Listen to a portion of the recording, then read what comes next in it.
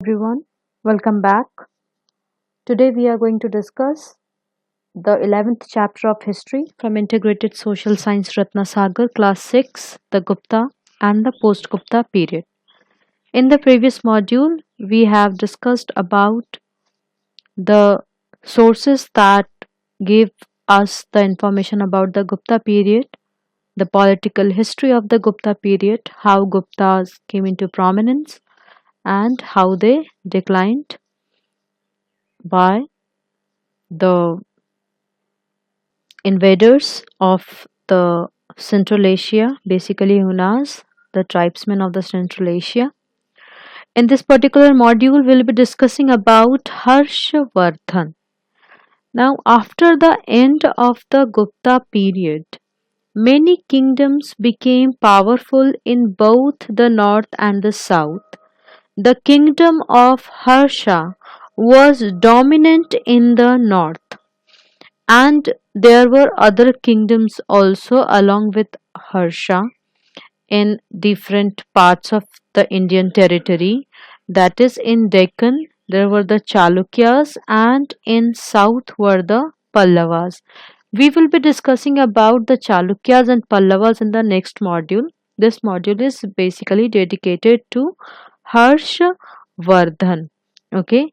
The breakup of the Gupta Empire was followed by a period of disorder.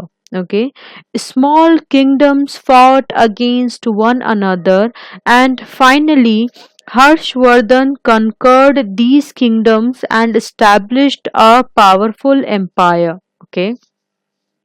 The Guptas ruled over the north and western India for about 160 years until the mid 6th century, and then North India again split, as I have already discussed, that the Gupta Empire broke up and was followed by a period of disorder where small kingdoms were fighting against one another, and these kingdoms were Maitrakas of Vallabhi, Hunas in Punjab, the Mokharis of Kannauj, and Yashovarmans of Malwa. Okay, and after defeating all these small kingdoms, Harshavardhan came into prominence and established the powerful empire. Now, what are the sources that tells us or that gives us the information of Harshavardhan and his developments? Let me tell you, the period of Harshavardhan was 606 to 647 CE, and he was a member of the Vardhana dynasty. Okay, he was the member of the Vardhana dynasty and was the son of Prabhakar Vardhan. Okay, and was the son of Prabhakar Vardhan. Let me show you the hierarchy of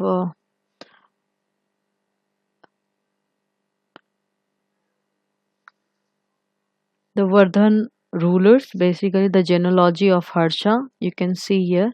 I have got this genealogy from a site. So have a look. If you want to take a look to this genealogy, you can pause the video and you can take the screenshot. Okay.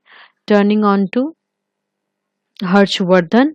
So Harshavardhan was the son of Prabhakar Vardhan and was the uh, member, or can say that he belonged to the Vardhana dynasty.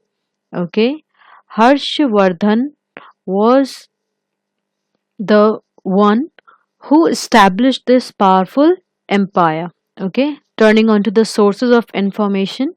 Harshacharita. Okay, basically the sources that tells us about Harsh and the development was basically from there are two main sources. The first one is Harshavardhan. Harshavardhan is the biography of Harshavardhan written in Sanskrit by his court poet Ban Bhatt. Okay, and this book by Ban Bhatt lists the military and the cultural achievements of Harsha. Now, the other source is the account of Yun Sang. Yun Sang visited India during Harsha's reign. He was the Chinese pilgrim, okay, who visited Harsha's reign in the 7th century CE and stayed in the country for about 15 years, and he spent 8 years in the court of Harsha. He has written in detail about the developments that happened during Harsha's reign.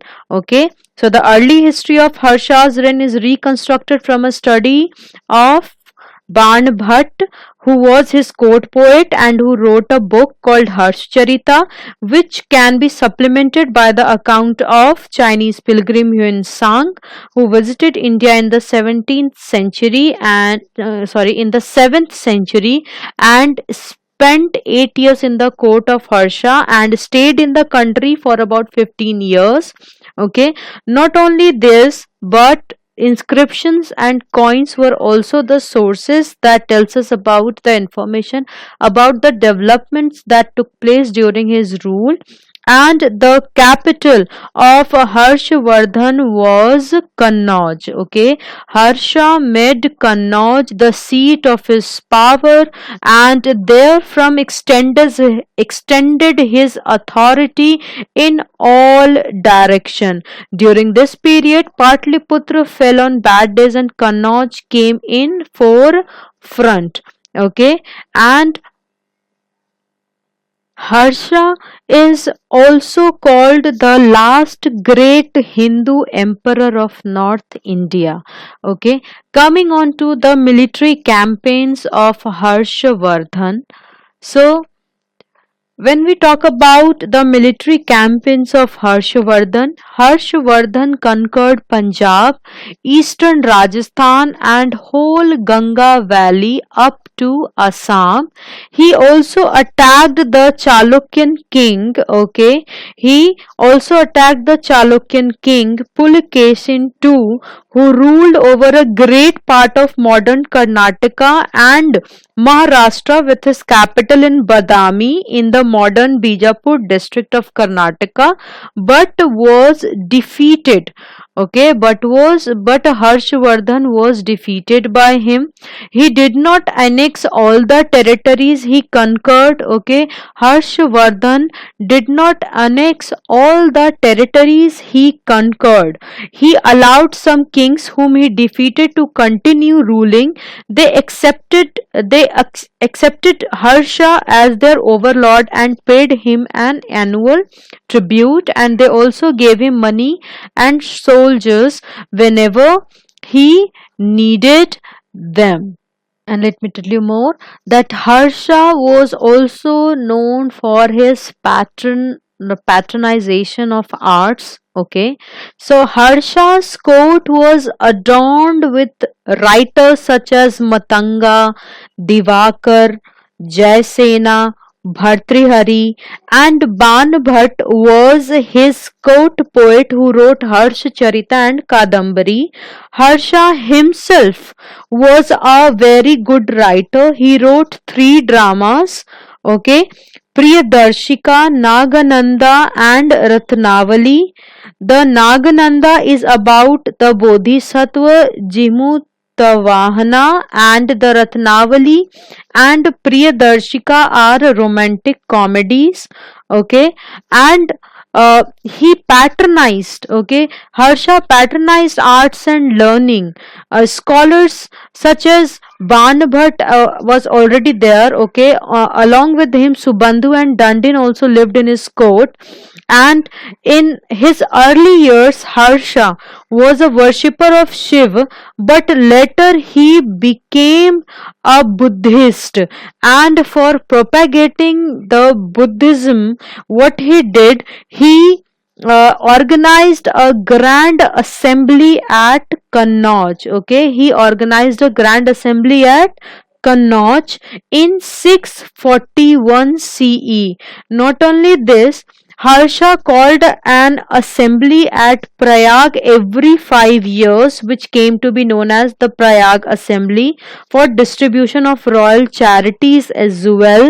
Okay, images of Buddha, Aditya Dev, basically sun, and Ishwar Dev, basically Shiva, were installed on successive days for the purpose of offerings.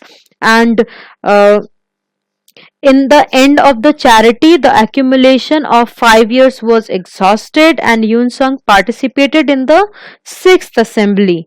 Okay, uh, let me tell you once more. When Harshavardhan uh, propagated or when Harsha was influenced by Buddhist ideas, he started propagating ideas of Buddhism also through large assemblies, and one such assembly was held at Kannauj in 641 CE. Okay, so and he also gave grants, gave money to the University of Nalanda as well. We have already discussed about the University of Nalanda, that it was founded in 5th century by a Gupta ruler named Kumaragupta. Okay, so what Harshavardhan did, Harshavardhan gave money to the University of Nalanda, which prospered and became a famous center of learning. Hien Sang spent many years studying Buddhist texts at the Nalanda University. Okay, and Nalanda was the center of higher education, and Harsha patronized it very liberally. He donated 100 villages to Nalanda, and the most renowned teachers of the university were Dharmapal, Chandrapal, Gyan Chandra, Kamal Shila, and many more. Now we'll turn on to Yun Sang's account as he came to in Harshavardhan's reign, and he spent almost 8 years in his court. So the reign of Harsha is important on account of the visit of this Chinese pilgrim who left China in AD 629, basically 629 CE, and traveled all the way to India. After a long stay in India, he returned to China in 645 CE. Okay, and he had come to study in the Buddhist University of Nalanda, situated in the district of the same name in Bihar, and to collect Buddhist texts from India. Okay, he vividly describes Harsha's court and life in those days. This account is much richer than that of Fahain, and it sheds light on the economic and social life as well as religious sects of the people as well. The Chinese account shows that Patliputra was in a state of decline, so was Vaishali. On the other hand, Prayag and Kannauj and Daob had become important. Okay, and he mentioned that agriculture was the main occupation of the people in villages, and traders and craftsmen used to live in towns. People during his rule, during Harshavardhan's reign, the people were very simple, honest, and very hospitable. They lived together peacefully. Most people were vegetarians, and they even avoided onion and garlic. Okay, and he also mentioned that there was the existence of a rigid caste system during his rule, and he takes notice of untouchables, okay, such as scavengers or executioners, etc. They were considered impure, and they had to live outside the villages, and they were consumed. They could take garlic and onion as well. Okay, so this was the Yun Sang's account about the life of people during Harshavardhan's reign. Let me show you one map also where you can see the rule of Harshavardhan, the empire of Harshavardhan. This is the extent of Harshavardhan. Okay, and you are able to see Chalukya as well as Pallavas also. We'll be discussing about the Chalukyas and Pallavas in the next module. Here in this slide is the coins which were issued during the Chandrul of Harshavardhan. Okay, and this was all about Harshavardhan. In the next module, we'll be discussing about the Chalukyas and the Pallavas. Okay, till then, have a nice day. Do read the topic first and then do watch the video.